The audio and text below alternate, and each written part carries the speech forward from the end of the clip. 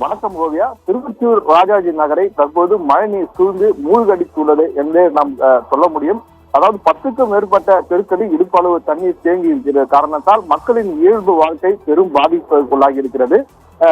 சிப்பா புயல் மற்றும் கனமழை காரணமாக கடந்த 2 நாட்களாக சென்னைக்கு ஆரஞ்சு அலர்ட் மற்றும் இன்று ரெட் அலர்ட் விடுக்கப்பட்டிருந்த காரணமாக தொடர்ந்து கனமழை பெய்து வருகின்றன. திருவொற்றியூர் தொகுதிக்கு உட்பட்ட சென்னை மாநகராட்சி 7வது வார்டு ராஜாஜி நகர் பகுதியில் 10க்கும் மேற்பட்ட தெருக்களில் மழைநீர் சூழ்ந்து இடுப்பு அளவு மழைநீர் தேங்கியுள்ளது.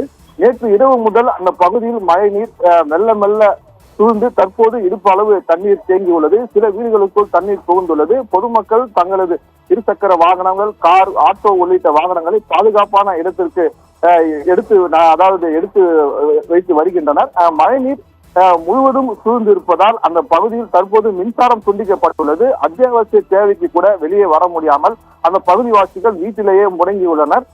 அந்த பகுதியில் தற்போது வெறிச்சோடி காணப்படுவதால் தீவு போல அங்கு காட்சி அளிக்கப்படுகிறது.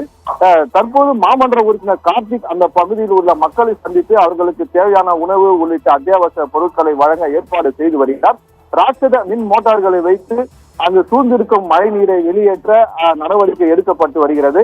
அதாவது மழை தொடர்ந்து பெய்து வந்தால் அந்த பகுதியில் உள்ள மற்ற பகுதிகளுக்கும் மழைநீர் சூழும் நிலை ஏற்பட்டு இருக்கிறது. சென்ற முறை கூட அங்கு படகுகள் வைத்து அங்கு மக்களை பாதுகாப்பாக இடத்திற்கு கொண்டு சென்ற காட்சிகள் கூட சம்பவம் கூட கடந்த மழை காலங்களில் நடந்திருக்கிறது. ஆனால் இப்போது முன்னெச்சரிக்கை நடவடிக்கையாக அங்கு உள்ள மக்களை இப்போதே மழை நீர் சூழும் முன்னரே அங்குள்ள மக்களை பாதுகாப்பான இடத்திற்கு, அதாவது முகாம்கள் போல இடங்களில் தங்க வைக்க ஏற்பாடு செய்ய வேண்டும் என அந்த பகுதியில் உள்ள மக்கள் கோரிக்கையை வைக்கின்றனர். ஓவியா.